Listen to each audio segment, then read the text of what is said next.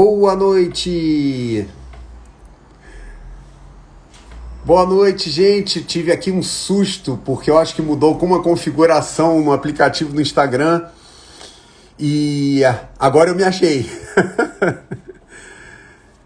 Oi, Camila. Oi, Joana. Que susto que eu tomei, mas acabei achando. Tudo bem? Vou avisar para Helena, peraí. Oi, Patrícia. Bem, acabou que, como eu tive esse contratempo, eu não anunciei, né, qual é o tema hoje da nossa live. A gente vai ter um papo muito interessante sobre o valor da leitura e da escrita como, né, meios não só de aprendizagem, mas como de exploração e reconhecimento, né, do mundo e do nosso mundo, né, seja ele interno ou externo. E a relevância que ler e escrever tem também para nossa formação, né, como ser humano e como profissional, particularmente profissional da educação. E o papo hoje vai ser com a Helena Laís, que já está aqui entre nós, tá? Vai compartilhar com a gente a experiência dela, né, tanto pessoal quanto profissional, de que forma, né, ler e escrever tem ajudado a ela, né, no sentido né, da própria vida e na contribuição para os outros, tá?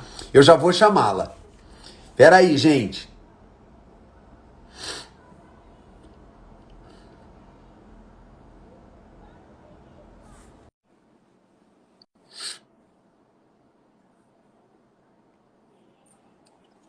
Já chamei.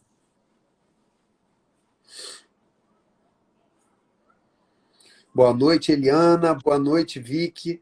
Oi, tudo bem, Oi, Eliana? Renato, tudo bem? Agora tá. O Agora sim, Instagram né? botou a carinha pra gente entrar no ao vivo e Sim. o que eu achava. É, Mas graças a Deus, são as surpresas, as surpresas da tecnologia. surpresas da tecnologia, mas graças a Deus o intuitivo me ajudou. Fui Isso fuçando aí. e cheguei. E chegamos. Que Tudo bom. bem? Tudo bom, e você? Tudo ótimo. Acabei de ver, assim, muito rapidamente, que a gente tem umas conexões em comuns. Ah, é? Eu vi que não sei se você a conhece, mas ela te segue. A Mirna Portela. Sim, a mina é muito minha amiga. Ai, que coisa boa! A gente fez uma live com ela, já Ah, tem que legal. meses, e foi uma delícia. E o Ai, que assunto é máximo. parecido. A gente falou justamente da literatura, na educação infantil. E, ó, Sim, a gente acaba, ó, descobrindo aí essas conexões de gente boa muito pelo mundo. bom. É, a Mirna também trabalha com curadoria, né, literária, ela é escritora também, e a gente tem um grupo de escrita de roteiro juntas, com outras duas escritoras, e ela é minha amiga pessoal, assim, então estamos sempre juntas, mas também não sabia que vocês se conhecem e já conversaram, muito legal. E foi maravilhoso. Que bom, que bom. Imagino. Isso Então, aí. é, a galera tá entrando, né? Mas Sim, como eu dei esse aos soluço, pouquinhos. eu já vou, eu já vou dar uma partida e ó, já tem gente dando contribuição aqui, né? A Sabrina dizendo, né? Sabrina Braga, literatura na educação infantil é muito importante e fundamental no desenvolvimento das crianças. Só das Isso aí. crianças, né, Eliana? Você acha que é só das crianças mesmo? Já falamos um pouquinho sobre isso, né? Eu acho que ler e escrever, né? E ter acesso aos livros, né? Inclusive os livros que podem ser lidos também pelas crianças, né? É para de 0 a 100 Helena, ou até mais. explique isso melhor. O que você quer dizer com livros que podem ser lidos até por crianças? Então, eu acho que a literatura, né? Eu sou muito fã da literatura, né? A gente tem evitado chamar de literatura infantil e juvenil. Então, a gente tem usado no meio literário, né? A literatura ilustrada ou os livros que podem ser lidos também pelas crianças, para que a gente não rotule e não, né, não sejamos nós a reduzir essa potência e o acesso, né, aos livros. Então, uma boa literatura, um bom livro, um livro de qualidade, ele não tem idade, né? Então, eu tenho um amigo escritor, que disse que uma vez ele foi num evento, numa escola, e aí uma professora falou para ele: Ah, os seus livros são para que idade? Aí ele disse: Ah, você tem quantos anos, professora? Desculpe perguntar. Aí ela falou 26. Aí eu falei, meus livros são. Ele disse, né? Meus livros são para 26. Então, acho que é bem isso, né? Que não sejamos nós a restringir, né, essa potência e essa percepção de que o livro não tem idade, né? Obviamente, uma criança, um leitor, né, mais inexperiente, ter acesso a um livro inadequado, um livro, né, que tenha um conteúdo, uma linguagem inapropriada, isso a gente não vai indicar. Por outro lado, né, os livros que podem ser lidos também pelas crianças, né, isso já diz, então que eles possam ser também uma experiência para os adultos, eu acho que principalmente para os adultos, eu acho muito importante, particularmente eu acho muito importante. Vou dividir com você uma experiência pessoal muito recente. Eu tenho dois filhos, um de 12 e outro de 10. Eu tenho outros filhos, mas Uhum. eu vou ficar só Mais neles. velhos. Mas, e recentemente eu participo de um grupo de leitura toda terça-feira. E a gente lê, primeiro, né, começa que a gente lê autores não canônicos, né? A gente sai dos clássicos e vai ler Muito aqueles bom. escritores que estão aí escondidos, né? E a gente quer trazer. Sim, E que recentemente legal. a gente começou a. Né, o grupo demonstrou um interesse muito grande de conhecer a cultura e especialmente as religiões afro-brasileiras, né? O candomblé, a umbanda. E nós estudamos a partir de um livro infantil que contava a cosmogonia, né, a história dos orixás, como é que o mundo foi criado, à luz do candomblé. E o livro era só imagens, praticamente, e as histórias eram fascinantes e muito mais acessíveis do que talvez se eu fosse ler um Pierre Berger, esses especialistas. Agora, o mais Exatamente. pena que eu estou lembrando é que cada um de nós lia um capítulo e contava para os outros, né? E as primeiras pessoas para as quais eu contei a história foram os meus filhos. Hum, Nossa, olha, que experiência. eu nunca aprendi tanto sobre os orixás do que ao contar essa história para os meus filhos. Eu contei a história do mundo sob a ótica, né, dos orixás, de Obaxalá. Olha, nossa, que experiência. Maravilhoso. É o exercício de. É bem a experiência do professor essa, né? O professor ele é convidado né? Porque você tem que ensinar, né? Transmitir um conhecimento para alguém, ou pelo menos mediar esse conhecimento. Isso exige um domínio profundo, né? Uma habilidade de se expressar, de transmitir, né? Aquela mensagem, aquele conhecimento e então, essa habilidade e o domínio também do conceito, né, do conteúdo ali, Perfeito. assim como contar uma história. Então, eu imagino que tenha sido uma experiência rica, certamente em vários sentidos, e para você, né, porque você precisou ter domínio daquilo que você ia contar, né, não só do conteúdo, mas também da forma como apresentar para, né, para que o seu Exato. interlocutor lá tenha interesse em escutar o que você está dizendo, né? É desafiador, mas tem muita potência isso mesmo. Muito legal. Helena, eu estou lembrando agora que eu tenho isso gravado. Eu vou Ai, compartilhar que com você. lindo. Eu quero. Eu me Muito toquei, legal. eu contando para eles. Agora eu Incrível. queria. E ter saído Oi. de uma história infantil, né? Ter surgido de uma história, de um livro infanto-juvenil muito, muito bom, muito bom. Como é que eu queria, né, assim, fazer com que a galera é, comece a te reconhecer, né?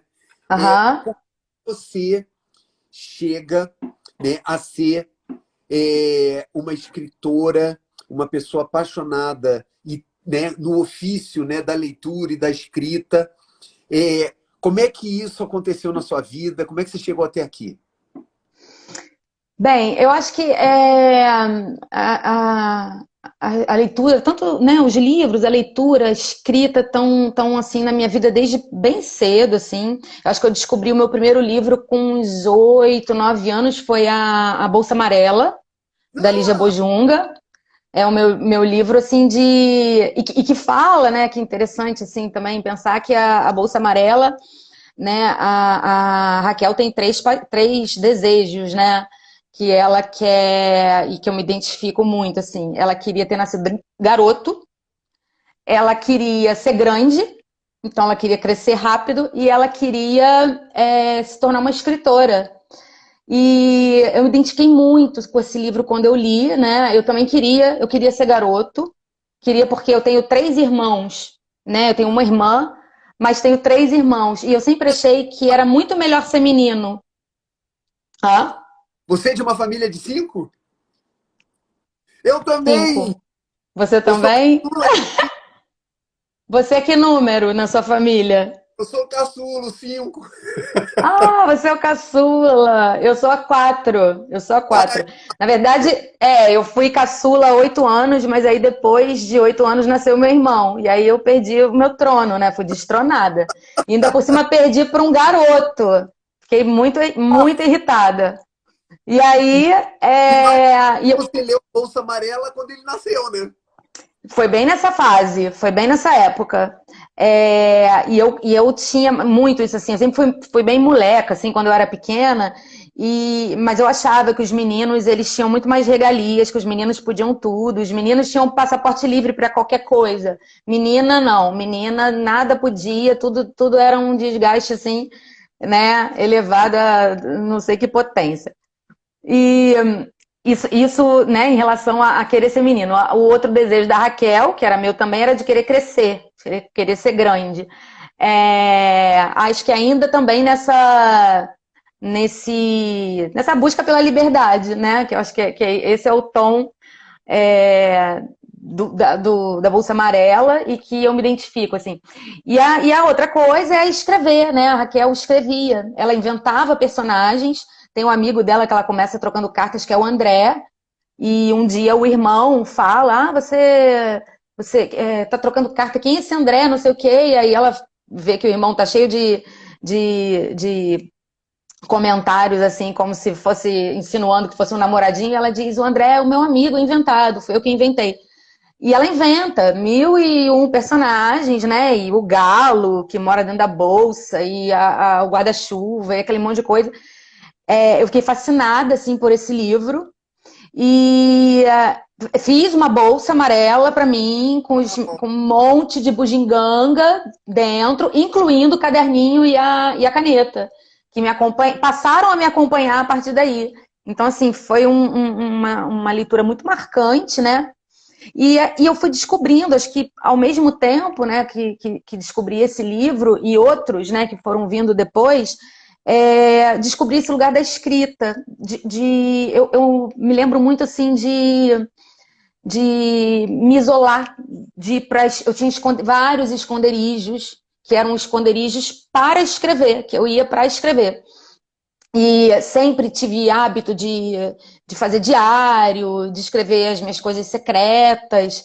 Então, escrever era como se fosse assim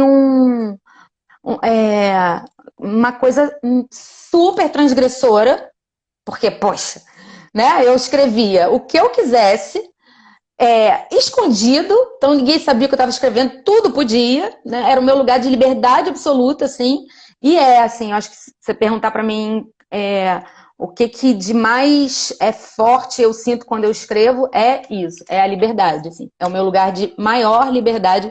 Eu fui casada, né, bastante tempo, e no começo, assim, quando eu comecei a escrever para publicar e tal, eu tive muitos problemas no casamento por causa dos meus textos, porque o meu ex entrou numa de que eu estava escrevendo os meus desejos secretos, de que eu protagonizava as minhas histórias e começou a sentir ciúmes do que eu escrevia, assim. E eu me lembro que, mais do que a coisa do ciúme, né, de lidar com aquilo, foi um pensamento assim que me veio assim, caramba, esse lugar eu não posso deixar ninguém entrar, assim, isso eu tenho que cuidar, porque é só né, a minha liberdade criativa, o meu potencial criador. Imagina se eu começar a me porque a gente faz isso, me auto-boicotar, e tipo, não vou escrever isso, até inconscientemente, né? Porque senão eu posso ser lida, ou interpretada, ou julgada por isso, por aquilo, assim. Então, é um lugar de muita liberdade para mim, acho que desde pequena, o lugar da escrita, assim. E, Cara, olha, e a é gente isso, assim, eu acho.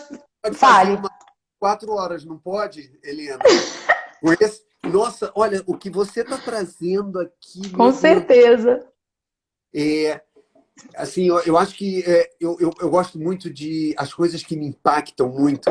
Eu quero compartilhar com todo mundo e eu não sei se todo mundo é, teve o susto que eu tive quando você contou aqui, né? Esses últimos 5 minutos, os vários sustos que eu tive. Escrever realmente pode ser um ato de revolucionário, né? Subversivo. Totalmente. Pertence a você e a mais ninguém. Você pode até querer depois compartilhar isso com outras pessoas, mas é inalienável do seu ser, né? E quantos de nós temos medo disso, né? Muito. Caramba, será que eu vou perder o controle do que eu vou escrever? Será que eu vou Uhum. ser eu quando eu escrever? Que perigo ser eu, né, ao escrever, né? Exatamente. Caramba, Helena. Exatamente. O Renato, eu me lembrei de uma. Eu fiz uma oficina há um tempo atrás, uns 5 anos, mais ou menos isso. E uma das amigas que fez a oficina comigo, que é a Isabelle Borges, é uma autora maravilhosa também, ela também é amiga da Mirna. Isabelle estava nesse curso comigo, era uma oficina de contos eróticos, com o Márcio Vassalo, que é o nosso mestre assim, da literatura, assim, que abriu muitas portas para a gente. Os primeiros cursos de criação literária que nós fizemos, eu e a Isabelle foram com o Márcio. E o Márcio propôs uma oficina dessas e a gente fez na Lago de Histórias, que é a minha editora, né? Fizemos a oficina lá. E aí era um grupo de 12 mulheres. E aí, ao final da oficina, a gente escreveu vários contos. E a namorada do Márcio, na ocasião, eu acho que eles são namorados ainda, ela é artista plástica. E ela fez um mobile, tipo um mobile, assim, com gravuras de uns desenhos dela, e ela pendurou no mobile os textos das autoras, então, do curso, né? E ela presenteou cada uma de nós com um mobile daquele. E aí nós levamos os móveis, cada uma levou seu móvel para casa, então tinha o meu conto e mais 11 das colegas, né? Então era um móvel lá com os contos de todas. E aí essa amiga foi pendurar lá na sala da casa dela. Aí pendurou, lindo, o móvel dela. O marido chegou e falou: que é isso? Esse enfeite novo? Ela falou: são os contos do curso lá da oficina do Márcio que a gente fez, não sei o que e tal. Aí ele, os contos eróticos? Os contos eróticos. Aí ele foi lá ler, aí leu os contos e tal, aí virou pra ele e falou: esse conto vai ficar aqui na sala? Não, né? É só hoje. Aí ela falou: vai. Aí ele: não, Assim, não, de jeito nenhum. Imagina, as pessoas vão vir aqui, meus pais vão vir. Aí ela, mas, cara, é literatura, são contos. eu sei que isso deu uma encrenca, assim. Então, é bem isso que a gente está falando. É subversivo, é revolucionário. Né, pensando aqui, sim, dar uma outra live só a gente falando de mulheres escritoras, né? Enfrentando Eu os estava preconceitos e tudo mais. evitando pegar esse trilho, mas você está insistindo. Eu vou morder essa isca, Helena. Não dá para eu ficar calado aqui, ainda mais no meu lugar aqui privilegiado, né? De macho. Uhum. Você falou que quando um dos impactos, né, de ler a Bolsa Amarela é que você queria ser um garoto. Como é que tá Uhum. hoje isso aí? Engraçado, né? Mudou, assim, completamente. Ai, Eu sempre... E mudou. Eu adoro ser mulher, assim, eu amo ser mulher. Não queria mais ser menino, assim, isso mudou em mim, eu reposicionei isso em mim, apesar de que, assim, passei por situações bem difíceis como mulher, né? Eu não sei se você sabe da minha história, se a Isis contou, mas eu tenho uma história bem dramática e recente. Mas, independente disso, né, assim, para não entrar no tema, o que eu posso dizer é que, apesar de tudo, né, do desafio que é ser mulher ainda no século XXI, né, e apesar de ter sido uma criança que quis, né, uma menina que quis ser menino, isso mudou, assim, em mim. Eu reposicionei isso. Se eu pudesse hoje escolher, né, e falar lá com o Papai do Céu, eu ia pedir para vir mulher de novo. Acho também que, né, ser mulher e não só ser escritora, senão parece que eu fico puxando brasa para minha sardinha, mas eu acho ser mulher e ser leitora, isso é muito revolucionário, né? Porque a leitura a leitura é uma potência, assim, né, de transformação, que eu acho que é esse o nosso viés aqui, né? O quanto que a leitura tem potência de transformar, né, e de nos fortalecer. Então, talvez tenha sido esse o meu caminho de Abriu. fortalecimento enquanto mulher. Sim, a escrever me torna mais corajosa. Eu sou mais corajosa porque eu escrevo, sabe? Então, eu acho que isso fez parte nessa afirmação minha agora para você. Não, se eu nascesse de novo, eu queria, agora adulta, eu digo que eu queria vir mulher de novo.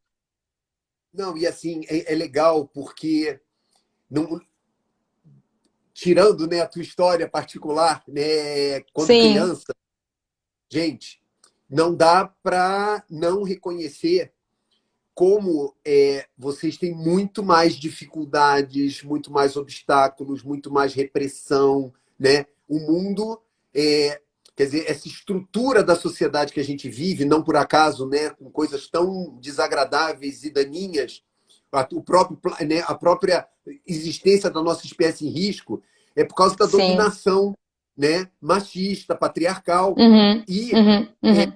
eu acho que querer ser garoto é querer ter os privilégios que os garotos tiveram e têm até hoje, né? E, na verdade, tomara que... Né? E as coisas estão mudando devagarinho, né? Tem muito mais mulheres lendo e escrevendo para que Sim, a gente mude o rumo dessa prosa, né? Porque o mundo está precisando exatamente. de mulheres liderando, influenciando, subvertendo as coisas em todos os... Exatamente isso, concordo. E aí, por que Que que... não precise ser um privilégio, né, Renato? Exato. Né? E, Helena, por que isso fala tanto com a Rede Cruzada? A Rede Cruzada, ainda, até por causa dessa estrutura machista, patriarcal, a gente é muito focado na educação infantil e quem que cuida, né? Quem que está em 99% dos papéis do cuidado, e especialmente da educação infantil? Mulheres. E Sim, aí, somos nós. o Aham. esforço que a Isis, a equipe pedagógica da Rede Cruzada, vem fazendo é justamente revolucionar isso e fazer com que essa mulherada, né, que está lá Sim. fazendo um trabalho especialíssimo de desenvolvimento, né, de desabrochar de uma porção de almas, Uhum, acreditem que esse desabrochar é delas, né? uhum. Não é Uhum. Isso não é algo para as crianças, é algo, inclusive, para elas. Né? E elas Sim. realizando isso, mais mães, mais mulheres realizando isso, é muito mais referência que muitas meninas e muitos meninos vão poder ter de saber que tem espaço para brincar, para explorar, para brincar de boneco, de boneca. Eu ainda tenho uma Isso sorte aí que eu tenho mesmo. aqui, que eu estou com vontade de desabafar hoje. Eu tenho um filho homossexual, então eu vi como, né, nesse processo educacional, a gente não só, né, reprime as mulheres, como a gente reprime as pessoas que têm diferentes orientações sexuais, né? E aí Sim, é sim. para todo lado, né? Desnecessário, que é por isso que a gente precisa ter muitas Helenas para ter coragem para falar essas coisas, para dizer, leiam, escrevam, porque isso pode abrir aí muitas janelas, né? Muito. Eu acho que é isso, assim, a criança, né? Foi legal você falar isso das professoras, né? Que, né, cada vez mais, eu acho que isso vem acabando, essa leitura da tia, da professorinha. Não tem tia de ninguém, não, é professora, né? É uma mulher que tá, sim, as mulheres estão, né, como você falou, assim, em grande parte na educação infantil somos nós, né, que estamos à frente ali com as crianças, e a criança, e essa transformação realmente não é para a criança, quanto mais perto quanto mais tem a idade, né, quer dizer, quanto menorzinhos, mais perto eles estão da natureza, menos contaminados, né, pelas questões, né, sociais e culturais eles estão, ou seja, mais puros para olhar para uma pessoa, enxergar uma pessoa, e não se é uma mulher, se é um homem, quais são suas escolhas, suas preferências, que cor que é, que gosta, que não gosta. Não, não, né, não são essas as questões para uma criança, quanto mais próxima ela está da sua natureza. Né? E que eu acho que é a nossa situação também. O problema é que, né, tem uma forma, né, assim, de a gente também não entrar em questões políticas, mas tem um funcionamento, né, social, assim, né, o tempo todo tirando a gente, né, afastando a gente da nossa origem, assim, do que é mais basal, do que é mais original mesmo, né, autêntico da gente, assim, como ser, e nos levando para fora, né, nos colocando o tempo todo para fora e a gente se enchendo aí de preconceitos e de certos e errados, né, quer dizer, essa coisa do Nossa, certo, essa cultura do certo e do errado, tão complicado perfeito, isso, né? E a perfeito. criança, né? A gente, muitas vezes a escola, né, reforça esses lugares do certo, do errado, né? Poxa, que a gente possa sair disso, né? E conversar mais, debater mais, refletir sobre as coisas e parar de rotular e de taxar. Isso é certo, aquilo é errado. Porque, caramba, o certo e o errado, né, se a gente for considerar aí tempo, espaço, né, culturas, isso é completamente, né, fluido, areia no vento, Areia no né? vento, Então, areia no vento. Nossa né? Senhora, eita, vamos lá, senta que lá vem história. É, não, eu tô aqui pensando que eu tô lembrando da minha criança, né? Tô reconectando aqui com ela enquanto você está falando e assim muito em linha, né, com o que você estava citando. Quando a gente, graças a Deus, eu lembro quando eu era criança. E Que bom. é, falando assim, o tempo todo estão convidando a gente para fora, né?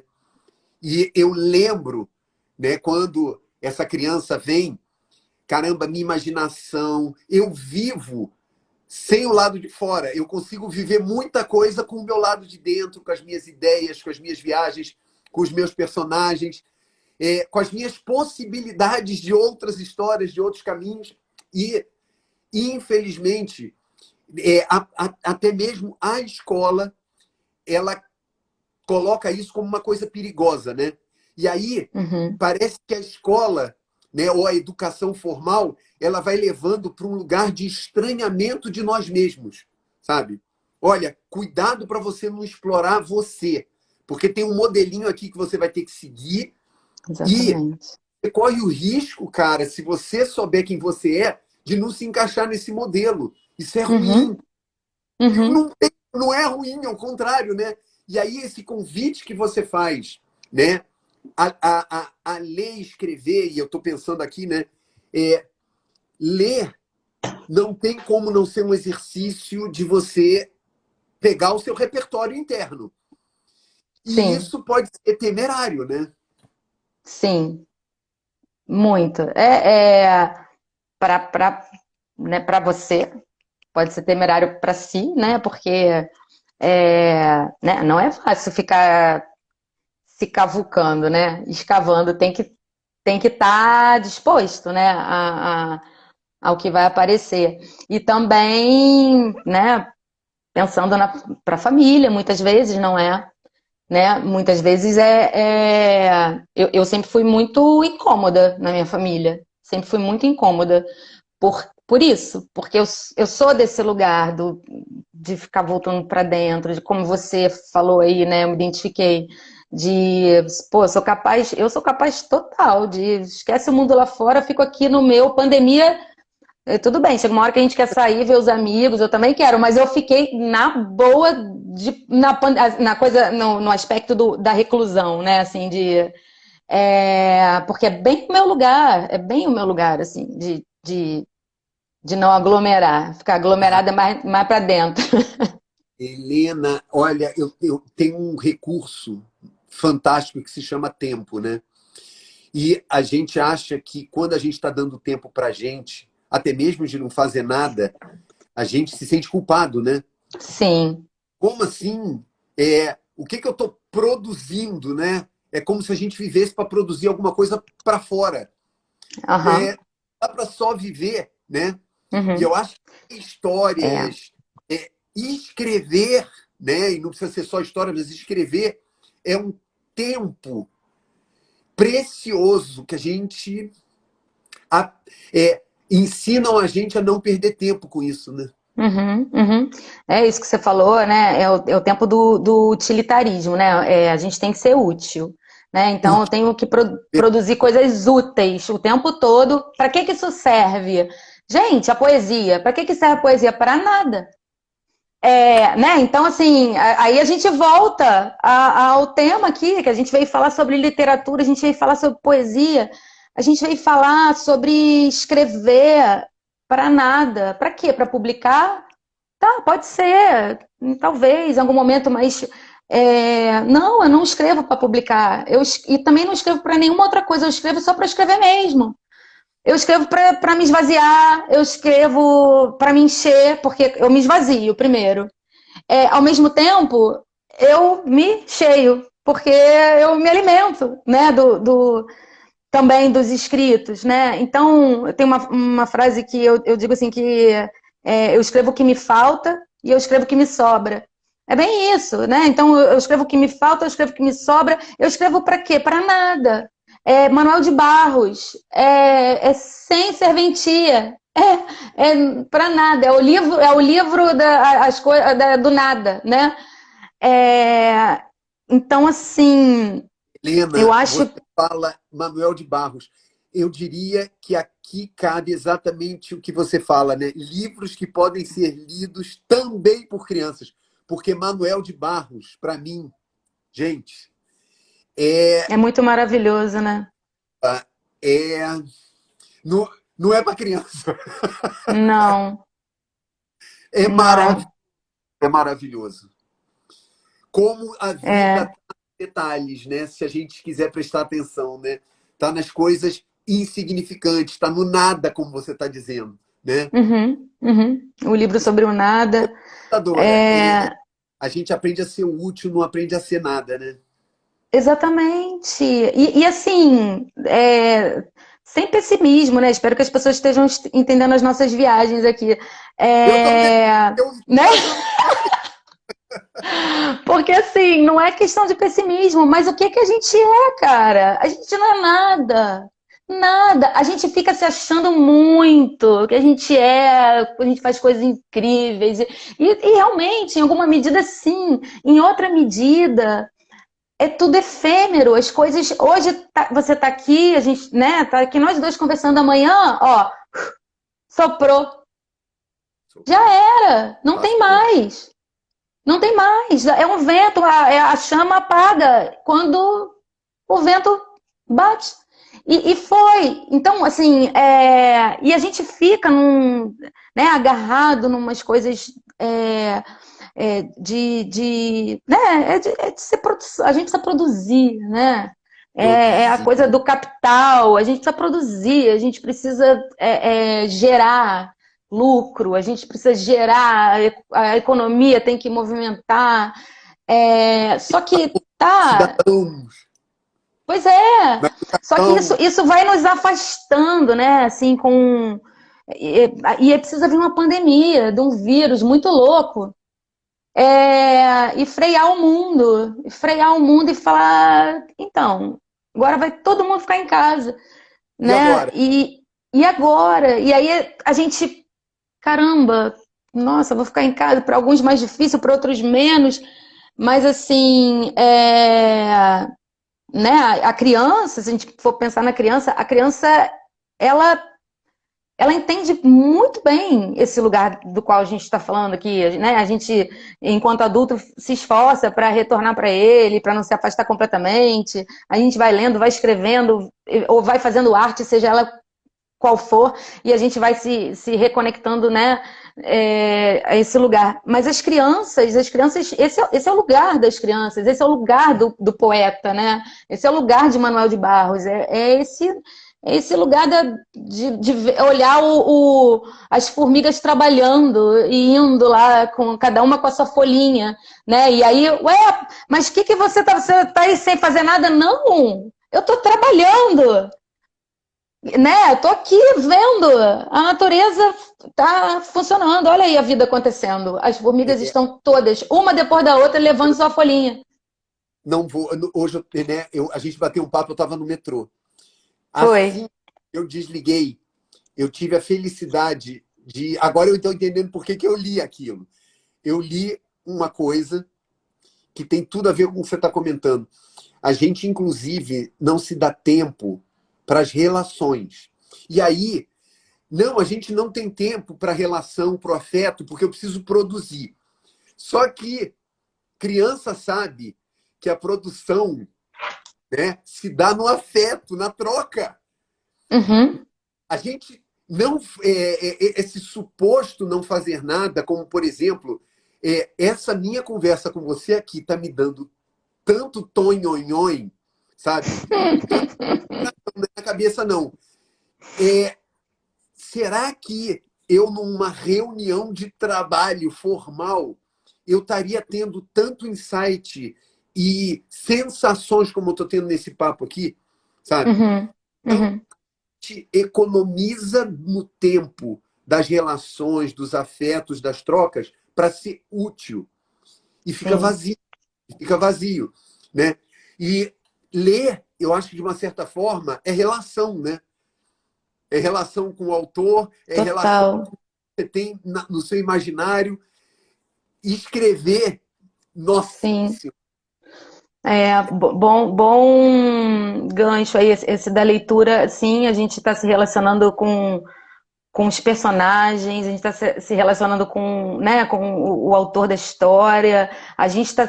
Você já leu? Já deve, você tem o grupo de leitura. Quando você lê com outras pessoas, é tão legal, né? A troca, assim, eu fiz alguns cursos também de leitura, clube de leitura, assim. O último que eu fiz foi sobre o Grande Sertão Veredas, né? Foram, sei lá, um ano de leitura, porque, né, 500 páginas quase,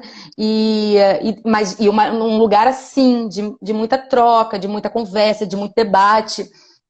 Então, foi em 2019, se eu não me engano, foi de 18 para 19, foi um ano inteiro, assim. É, né? É um lugar de relação.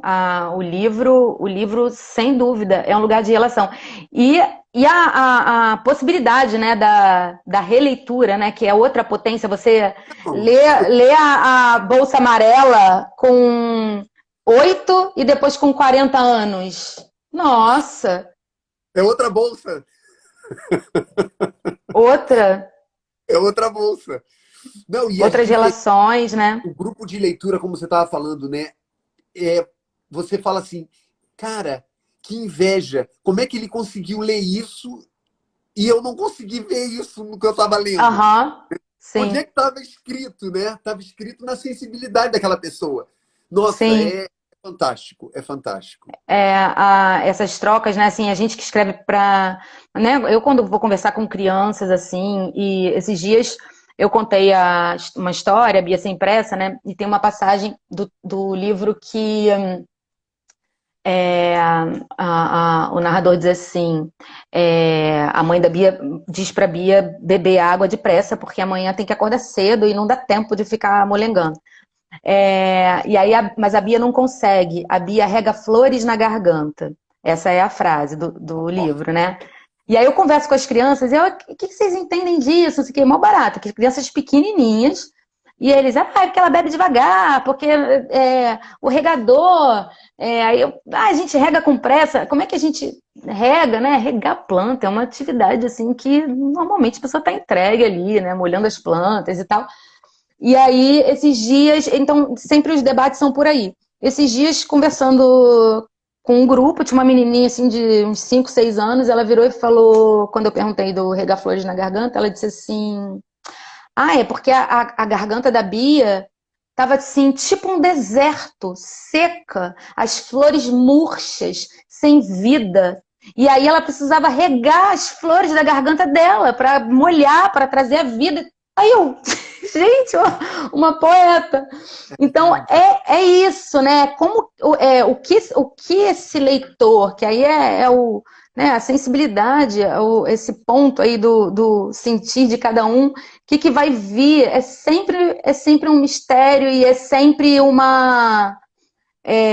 acho que o leitor em contato com o autor contribui assim de um jeito impagável. Não tem direito autoral que supere Fantástico. essa troca assim do leitor com ele dizendo, né, o que eu entendi disso, como que essa história me tocou, né, como que eu senti. Né? Nossa, é impagável, Pô, que maravilha. impagável. Nunca mais vou esquecer regar flores na garganta. Que coisa linda, que coisa linda.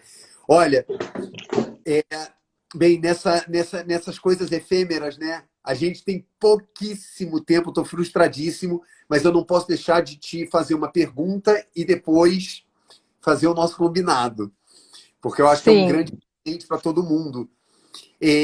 Até porque a Izzy já disse aqui, tá? Ela já denunciou que não sei se foi a Isis ou outra pessoa, para não ser injusto, que quando você conta história, os olhos das crianças ficam assim, ó. Vidrados. E aí, eu fui, né, investigar um pouquinho, né? E você Aham. criou um selo, né, que é o Lago Baikal. Tem uma casa cultural na Urca chamado Lago de Histórias. O que é esse lago? O que são esses lagos? Explica pra gente.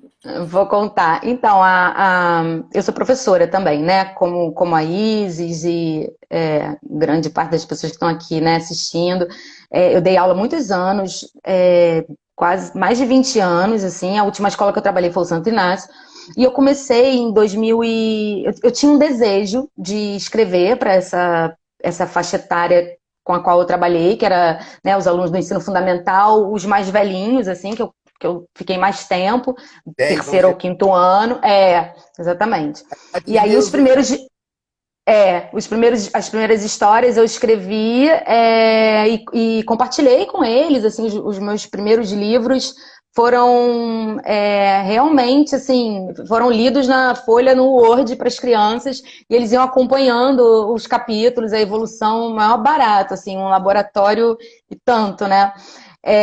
E aí, fui trabalhando nisso, resolvi abrir a editora, porque eu queria encerrar a carreira de professora e ir para a escrita, e o que eu vou fazer?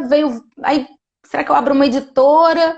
Fui amadurecendo a ideia, falei, é isso que eu vou fazer. Eu vou publicar os meus livros, depois eu vou publicar outros autores, e aí, nessa ocasião, eu fazia esse curso com essa amiga, a Isabelle, e o Márcio Vassalo, que é o nosso amigo escritor, né? O Márcio era o professor da oficina. E aí um dia eu estava na oficina, eles já sabiam do meu desejo, minha intenção de abrir editora. E aí um dia conversando com o Márcio, ele virou, eu contei que quando as minhas filhas eram pequenas, eu inventei uma brincadeira que eu esticava um edredom azul no meio da sala e eu fazia uma margem assim com todas, elas tinham muitos livros, eu fazia uma margem com todos os livros e a gente entrava, a gente mergulhava para ficar ali, e era a brincadeira do lago de histórias. Aí eu contei dessa brincadeira e falei, as amigas todas delas, assim, até hoje lembram da brincadeira do lago de histórias, estão adultas e tal. E aí quando eu terminei de contar, o Márcio virou e falou, vai ser esse o nome da editora, né, Helena? Aí eu, vai, tava contando a história, não tinha nem me atentado para isso. E aí veio, né, foi assim, o batismo. E aí depois isso foi em 2016. Em 2019, quando a gente publicou o primeiro livro voltado para o público adulto, que é um livro de contos, crônicas e poemas, que é o Amores Virados para Cá. Eu fiquei pensando, falei, poxa, tem que ter um outro selo, né? Um selo que diferencie os livros que vão ser lidos pelos adultos. Aí eu fiquei pensando, falei, poxa, será que existe o maior lago do mundo, o lago mais profundo do mundo? E existe, é o Baikal, que fica na Sibéria, que é um lago que passa a maior parte do ano congelado, mas que é um lago que tem muita, muita vida, e ele não é o mais extenso, mas ele é o mais profundo. E eu falei, pô, tem tudo a ver, o lago Baikal. Por quê? Porque é para mergulhos profundos, né? E aí foi assim que veio. Eu nunca tinha ouvido falar nesse lago naquela semana que eu fui pesquisar, porque aí eu fui pesquisar na internet e tal sobre o lago, descobri o lago. Naquela semana, na sexta-feira, no Globo Repórter, veio uma reportagem inteira sobre o Lago Baikal. Eu falei, isso é o final! E aí foi assim que ficou. Ficamos nos lagos, fiquei lá nos lagos com as histórias. Olha, e aí o que eu queria te pedir, né, para a gente tirar uma casquinha desse lago de histórias, você contar uma história para gente. Olha, você Vou já contou contar histórias hoje. Você contou a história da sua Raquel da Bolsa Amarela. Você cantou da menina, né, que rega flores na garganta. Você contou algumas coisas autorais suas, biográficas. Mas eu queria te deixar super à vontade para você contar algo aqui para gente. A gente tem quanto tempo? Olha, tomara que 10 minutos. Eu acho que a gente tem 10 minutos. Então, sim. tá. Não, se não der para contar até o final, eu conto um pedacinho, mas então vou contar um pedaço da Bia Sem Pressa. Olha, alguém já soltou aqui. Olha, você já tem até pessoal fazendo pedido, sabia? Aí, Tô... soldado. É o quê? O soldado. O que é? O soldado. O soldado. Esse aqui, olha. O Soldado é uma história inspirada na minha amizade com um morador de rua. Acho que eu vou até mudar, então, em função do à vontade, hein? do pedido. Mas é uma história. Não vou ler, o Soldado é uma história mais longa, mas que surgiu assim, dessa amizade. Me deu vontade de escrever, né? Eu, a princípio, comecei a conversar com o moço, ele morava lá perto da Lago de Histórias, e a gente ficou amigo, e aí eu falei, vou fazer uma entrevista com ele, vou escrever uma história, e aí eu pensei assim, falei, não, vou fazer uma entrevista, eu vou escrever a biografia do moço, não, eu vou inventar, eu vou olhar para ele, o que eu senti, eu vou escrever. E aí foi isso que eu fiz, sem falar para ele. Escrevi a história, E aí chamei um ilustrador para ilustrar e tal. Um dia contei para ele que eu tinha, que ele ia virar livro. Nossa, ele ficou numa felicidade. E aí, realmente o livro ficou pronto, né? Ele vendeu mais livro do que eu lá na Urca, porque ele andava pela rua mostrando o livro e dizendo que ele era o personagem da história. Se batizou, na verdade o nome dele é Paulo, mas ele usava uma camisa toda camuflada, tipo do exército, e aí por isso o título. E ele começou a se apresentar para as pessoas, não, eu sou soldado, não sei o quê, e mostrava o livro, e vendeu livro pra caramba, vendeu mais de 200 livros. Um dia alugou um quarto na Central, saiu da rua, de tanto vender livro. Foi uma história foi uma história muito incrível, assim. A gente saiu E no Globo, eu e ele. Hã? ele se identificou completamente com o personagem. Totalmente, totalmente. Tem as ilustrações, tudo eu ia falando pro ilustrador, né? Que ele deitava. Ele deitava. Nossa, que lindo. Aí eu falava das coisas dele, e que ele dormia num saco de dormir, que na história eu digo que é um casulo, e que ele cobria o rosto para se sentir em casa. E aí ele falava, olha eu, teve um dia que eu cheguei, ele estava dançando com o radinho dele e cantando em inglês. Aí o ilustrador representou aqui na Aham. ilustração, e ele se identificava, dizia que era ele, assim, foi uma coisa bem incrível, assim. Meus alunos acompanharam isso. Ele participou da sessão de autógrafos, foi na Lago de Histórias, eu convidei ele, aí ele tomou banho todo cheiroso lá, botou roupa nova, foi para a sessão de autógrafos lá comigo. As crianças do Santo Inácio foram para a sessão de autógrafos, foi o máximo, assim, foi um acontecimento. Foi em 2016 isso. Foi Olha, lindo. eu vou conhecer esse lado de histórias, né? Com certeza, tem que ir lá com as crianças, eles vão amar. Vou lá. Bom, vou contar um minutinho da Bia Opa, sem pressa. sim, não precisa ter Vamos pressa. lá. Tá bom, sem pressa. Na casa da Bia, o dia já acorda atrasado.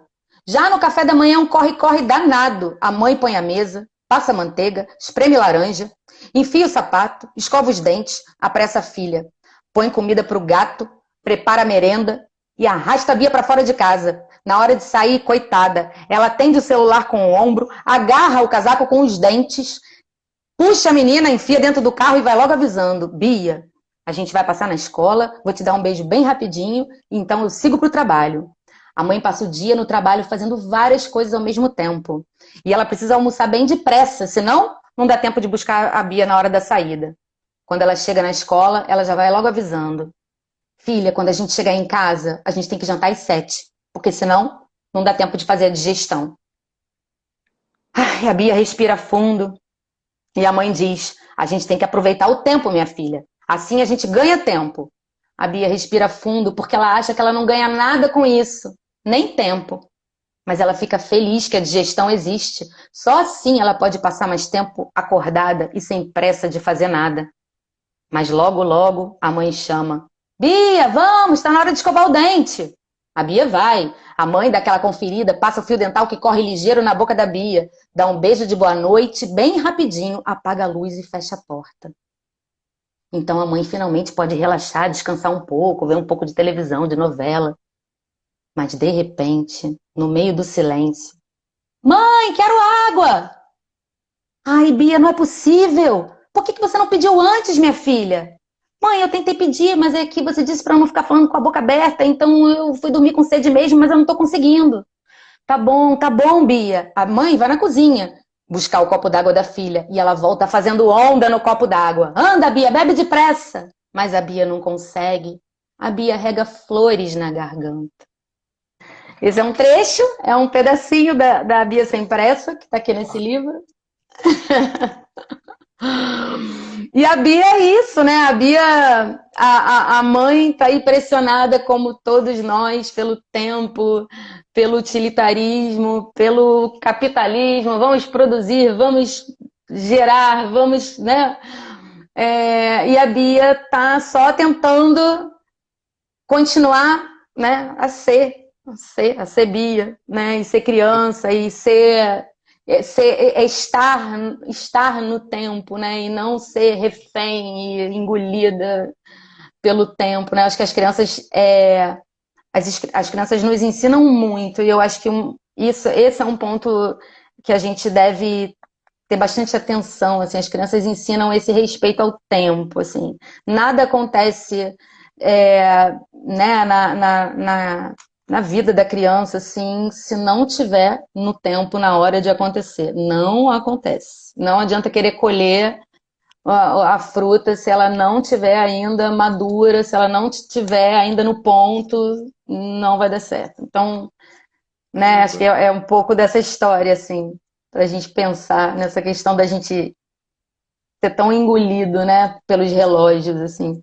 Ai, ai, ai, ai. Olha, Helena, caramba, eu digo que eu sou um sortudo quando eu encontro uma pessoa como você, cara. Eu fazer essas Ai. lives, assim, um presente, um encontro. Vou falar com os meus filhos, eu quero comprar todos os seus livros, quero comprar histórias com a galerinha do Plantando, ou da Rede Poxa, mostra E, para eles, tem um videozinho no site da Lago, eu não sei se você ah, já viu, é um videozinho que é um tour pela casa, pelo espaço da Lago de Histórias, assim, que a gente recebe os alunos para visitas literárias e que o objetivo dessas visitas é contar histórias e falar sobre o processo de nascimento de uma história, desde a ideia até o livro concreto, né? O que acontece nesse caminho. E aí as crianças lancham e curtem o dia no espaço. O ingresso da atividade é um livro. É muito legal, assim. Depois dá para fazer esse passeio virtual e dar uma olhada lá no site. e de novo as sincronicidades, né? Eu, quinta-feira passada, de surpresa, quarta-feira, de surpresa, recebi o convite para assistir, não sei se você soube, o TEDx, no Morro da Urca. Ah, sim, sim. E a Urca há algum tempo, há alguns meses, né? A Você última vez foi foi? Aham. para fazer um passeio ali na Cláudio Coutinho com os meus filhos. E eu soube por uma. Você vai ver, eu tô arrepiado. Uma amiga nossa, conselheira da Rede Cruzada, que mora na Ah. URCA há mais de 40 anos, está escrevendo, está terminando de escrever um livro, porque a URCA está fazendo 100 anos. Né? Ah, que lindo. Aham. O nome dela, Helena? Ah, Bia! Eu vou jura? terminar essa live, eu vou escrever para ela agora. Que Eu vou escrever máximo! É a Bia É Bia de Novaes. quê? Bia Novaes, Bia Novaes. ela é uma Que arquiteta lindo. Aham. e né, urbanista. Ela tem toda uma, assim, todo o expertise dela, né, justamente é, as pessoas e o lugar, né? E como ela está mais de Uhum. anos na URCA, ela está escrevendo esse livro, né, sobre a história da Ai, URCA. que lindo. E você tem Maravilhoso. histórias na URCA. Na Urca. E a Bia Ah, sem meu pressa. Deus, assim, cara, eu me Adorei, adorei. conectando, muito legal. Eu vou mandar É, ela agora dizendo que eu fiz uma live com a autora da Bia Sem Pressa, que tem uma lagoa de histórias na Urca. maravilha. O pensamento é isso, né, Renato? Assim, é energia, né? A gente vai vinculando, as coisas vão né, se relacionando, vão se entrelaçando. É muito, muito lindo isso. Muito E olha, bom. eu não sei se todo mundo vai entender, mas eu sei que você vai entender, algumas pessoas que estão aqui vão entender. Muito obrigado pela sua resistência, por você por ter sobrevivido ao que você passou e Sim. manter essa delicadeza e essa profundidade na alma. Olha, Ai, muito que bom obrigada pelas suas por palavras. aqui. Maravilha. Amém. Obrigada, Renato. Foi um prazer conversar com você. E te espero então lá no Lago de Histórias. Tenha dúvida, eu vou mergulhar naquele lago. Isso aí, tá bom. Muito obrigado, hein?